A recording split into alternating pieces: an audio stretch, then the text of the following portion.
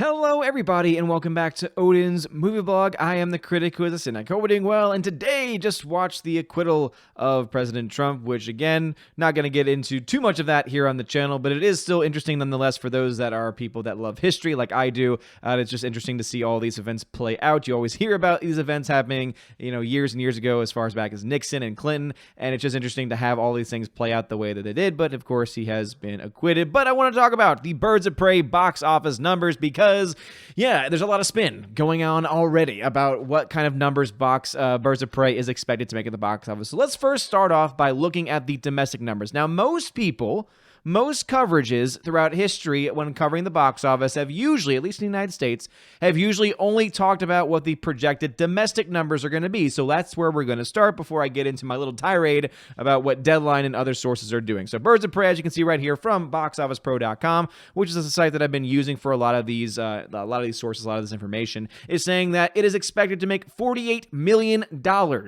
this weekend, opening weekend in the domestic marketplace, with a range of around $40 to $60 million. That is very much consistent with what it has been for a very long time, all the way upwards of about a month ago. The numbers were set to be about this number, which means the numbers aren't fluctuating, which means that there isn't a huge rush of people to go see this film, but also that the trend is not dropping all that much either. What I honestly think is going to happen is that it'll probably fall close to the $48 million mark or somewhere around there. Could drop lower, could go a little bit higher. We'll have a better idea Thursday once we get a little bit of those early numbers for the first showings. And of course, we will definitely have a better understanding once we have those early estimates on Sunday that give us the overall numbers for the upcoming weekend. 48 million, though, sounds very much in the realm of possibility, and that, of course, would also make it coming in at number 1 this weekend, with Bad Boys for Life set in coming in number 2. 1917 continuing to make money at $7.2 million. Doolittle making 5.7, which is really not all that bad of a drop. So again, all three of those films having very, very small drops, with the biggest surprise to me, really not that big a surprise, being Star Wars Rise of Skywalker dropping down even further on the list with another 38% drop, making around $2 million. But of course, if you've been following it, you've been seeing that a lot of these estimates for the movie have actually been coming in well underneath it on that weekend. So Rise of Skywalker continues to fall very far behind where Rogue One is at the same point of history, especially when you adjust those numbers for inflation. But also, too, what's interesting is that Knives Out, the film by Rian Johnson, the one who did and destroyed Star Wars with The Last Jedi, is expected to make barely less than Rise of Skywalker, and they've been out for roughly the same amount of time. Knives Out, of course, being out for a long time, and also being an smaller independent film too. Just amazing, just truly amazing to see all that happen. But the big news of today that I want to talk about is the fact that Deadline and many other sites are spinning the numbers so crazily that I don't think I've ever seen this done for a movie since I've been covering it. Now, does that mean that it's never been done? No. I'm sure many people are going to say, well, they did it for this, they did it for that. Okay. But as far as the week before a film comes out, when the box office projections come out, I don't think I've ever really seen a push to say, oh my goodness, let's look at the global opening. Not the domestic, the global opening. Now, why do you think they would do this? Could it be because this film, based on the reviews that I'm seeing, the very glowing and positive reviews, which are very, very politically minded based on the ones that I've read, could it be that they're trying to protect this film? They're trying to over-project this film, say, oh my gosh, look, it's a giant success. It's set to make over $100 million. That means it's going to be, a huge bonker success. It's a rated R movie. It's making over $100 million worldwide. The problem, though, is that it ignores that, no, that's $48 million domestically, of which most of the money probably will come from the domestic marketplace. We could see a split where it's more in the foreign market. But also remember, this is a rated R movie that is not getting a China release, which means it's very limited in the amount of space and the number of places that it can make money. Not to mention, if this $48 million matches, and if it even comes in underneath the $48 million domestic, that means that it'll have made about half of what Joker made, Joker making around $96 million in its opening weekend. So all I can say is that you have a film dealing with a group of characters, many of which are unknown, except for, of course, Margot Robbie's Harley Quinn, set to make much less than Joker did, which is the last DC comic film that we have to compare it to, which means that it's a valid comparison. And what do you have Deadline and others like that doing? Oh, let's talk about the global marketing, because then look, this number's higher than the $90 million, $96 million that was made by Joker.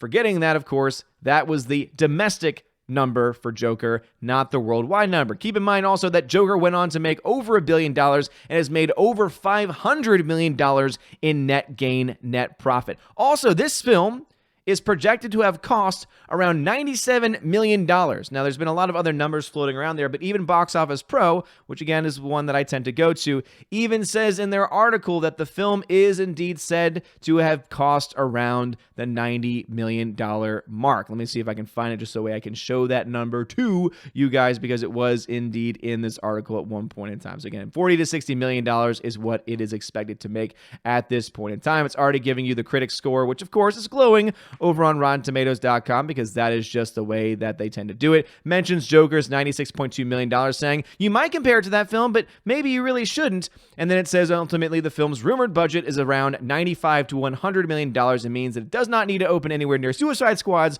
$133.7 million. So it's trying to spin it once again, saying, oh, well, it didn't cost as much as Suicide Squad, so if it doesn't make Suicide Squad numbers, then that's okay. Then that's fine. So then that's another film that they're bringing up too. The last team-up film that DC did made $133.7 million in the domestic marketplace. This is set to make $48. Again, does that mean that this is a box office failure? Not necessarily. Does this mean that the film is going to flop? Not necessarily. What it does mean, though, is that anticipation for this film is very low. With a film like And the Fantabulous Emancipation of One Harley Quinn, I can only imagine why the anticipation for this film is very low, but also that there is a very good chance that because of the comments by people like Ewan McGregor, and because of the political nature of critics, and because of the fact that they seem to be artificially inflating the scores for this film like they like to do for a lot of these politically motivated movies, or at least ones that are more in line with their political thinking, it seems to me that they are setting themselves up again for another film to come under expectations and potentially to lose some money as well. Keep in mind, if it's costing around $95 to $100 million to make, it needs to make over $300 million or so worldwide in order to break even.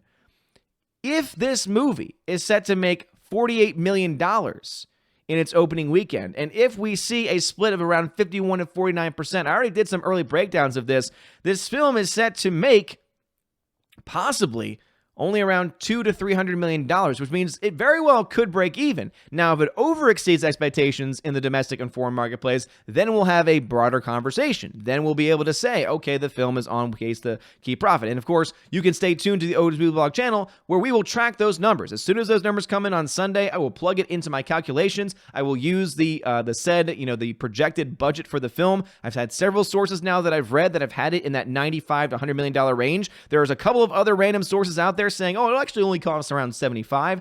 I'll have to look into those numbers, because sometimes they might include, oh, this is when you take into account the fact that it got some type of monetary assistance. For example, there's tax credits, tax cuts, things like that, which means the film can technically cost less. Sometimes there's incentives that films get as well. I'll look into all those numbers and have all of that ready by Sunday, so that way we can tell how well this film or how poorly this film is doing. But I wanted you all to know that right now, the domestic total projected right now is $48 million with a range of 40 to 60.